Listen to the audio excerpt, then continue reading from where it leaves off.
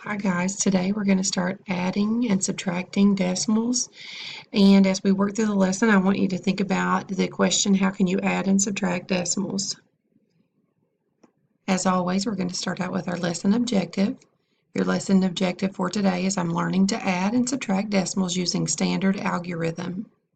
Of course, this is a 6th grade standard that you must know before you leave 6th grade.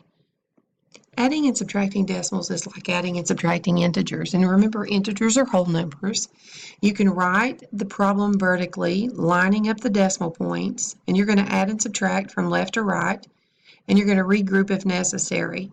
Now remember, we say line up the decimals are important, but actually what that really is lining up is our place value, so that we have the ones in the ones place. So once we put those decimals aligned, all of our place values should be aligned as well. I want you to think about where in real world would it be necessary to know how to add and subtract decimals. We've kind of talked about this just a little bit.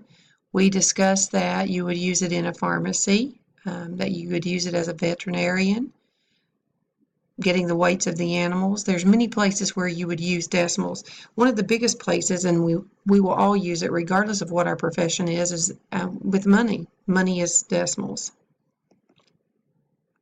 As we work through this PowerPoint and the video, I want you to take notes. I want you to pause the video when I ask you to and try it on your own first, just like we do in class. And then you can use those notes to help you on the quiz afterwards. The first problem that we have is Sheila and Leslie hike 8 7/76 kilometers in the morning and 4 29 kilometers in the afternoon. How many kilometers do they hike in all? Your strategy is going to be to align the decimal points, add from left to right, and regroup if necessary. At this point, I want you to go ahead and pause the video, try it on your own first, and then I'm going to show you some examples to help you work this problem out. So go ahead and pause your video now. So let's look at our very first step here. We've got step 1. It says to align the decimal points, place the decimal point in the sum. So we're going to go ahead and line those up. And then we're going to move down to step 2. We're going to add the hundredths place value first. So 6 plus 9 is 15. You're going to write the 5 down, and you're going to regroup the 10 hundredths as 1/10. So you're going to place the 1 over the 7. And then you're going to move on and add the tenths place value. So now you have 1 plus 7 plus 2, which equals 10. You're going to write the 0, and then you're going to regroup the tenths as 1. And then the step 4, you're going to add the ones. 1 plus 8 plus 4 equals 13. So the solution for our problem is Sheila and Leslie hiked a total of 13 5/100 kilometers. We're going to learn some things about leading and trailing zeros.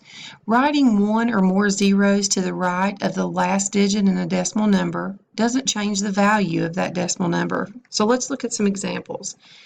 For a trailing zero, if you write 1 2/10, it's the same thing as writing 1 20 hundredths or 1 200 thousandths. Those zeros only change the way I read it and the way it looks. So if you'll recall, when I read those differently, but the value does not change. It just changes how it looks and how you say it. Leading zeros are at the beginning prior to the decimal point where there's no value in the ones place. That does not change the value of that 2/10. We read it as 2/10. It doesn't change the value. Now, a lot of people feel like they need that 0 there. It makes it a little more visual for them to see the problem, and that's okay. You wouldn't get it wrong if you didn't have it, and you wouldn't get it wrong if you don't have, or if you do have it. So just keep that in mind. Let's go ahead and move on to example 2. A plumber has 2 metal pipes. The first pipe is 2 35 meters long. The second pipe is 1 725 meters long. How much longer is the first pipe than the second pipe? What I want you to do is I want you to go ahead and write those vertically, subtract right to left, and then regroup if necessary. At this point, I want you to pause the video. I want you to try it on your own, and then I'll show you the explanation. So go ahead and pause the video now.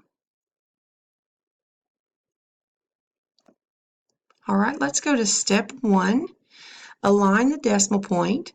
Write a 0 in the thousandths place value, so you can see that we wrote a 0 there.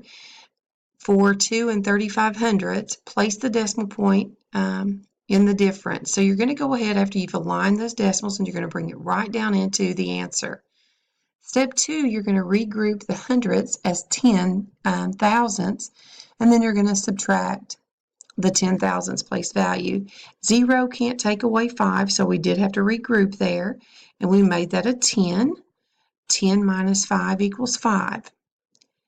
The next step is to subtract the hundredths, so we know that 4 can take away 2, so 4 take away 2 equals 2. Step 4, we're going to regroup the ones as tenths, because we know that 3 can't take away 7, so we're going to have to regroup there, and that becomes a 13. 13 minus 7 equals 6. And then we're going to subtract the ones. 1 minus 1 we know is 0. So the first pipe is 625 thousandths meters longer than the second pipe. You don't have to put that 0, but if you do put the 0, you still have the correct answer, as long as your decimal point is in front of the 6. Make sure that you're taking notes so that you can use them on your assignment after the video, please. Okay, let's keep moving on to example 3. Leanna and Terrence each bought orange juice for a school brunch. Leanna bought a container with 1 89/100 liters of orange juice. Terrence bought 3 small containers, each of which held 473 thousandths liter of orange juice. Who bought more orange juice, and how much more orange juice in liters did the students buy? So here is it so important that we use those math strategies to help us. You probably want to do your circling of key numbers. So our key numbers here are going to be 1 89/100. 3 small containers, and each one of those containers had 473 thousandths liter of juice. Our question is going to be who bought more orange juice? And we also have another question to answer: how much more orange juice in liters did that student buy? So in this problem, you've got more than one question to answer. What I want you to do now is pause the video, and I want you to try it on your own first. Again, your strategy is going to be to add, compare, and then subtract to answer the final question. So go ahead and pause your video now, please. All right, so let's look at step 1. In step 1, we're going to add to find the total number of liters Terrence bought. We know that he had 3 containers, and each container had 473 thousandths liters. So we're going to have to add those 3 together to get the total that Terrence brought.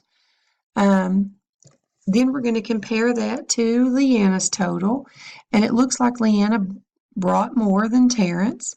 Now we're going to have to find out how much more by subtracting. So you're going to put Leanna's amount on top. You're going to go ahead and place a 0 in her value, and that's a trailing 0. And we're going to start our subtraction. We know we're going to have to regroup here because 0 can't take away 9.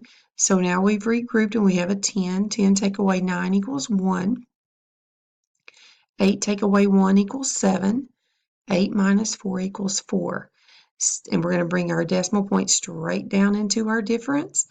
And our final answer is going to be Leanna bought 471 thousandths liters of orange juice more than Terrence did. So now we know which person brought more and by how much more they brought. Okay, I want you to try this problem on your own. I'm going to read it to you, and then I want you to pause the video. And in your response to me, whether it be on Edmodo, Nearpod, or in the classroom, you can turn this in as an exit ticket.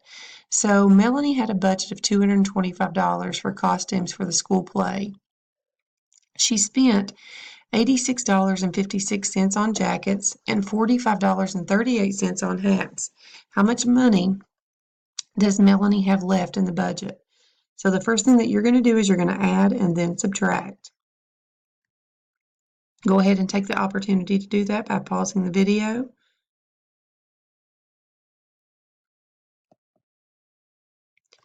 That's the end of our lesson. I want you to revisit the learning objective for this lesson. And again, once you finish, you're going to complete any assignments that I've either given on Edmodo, Nearpod, or in class. Thank you.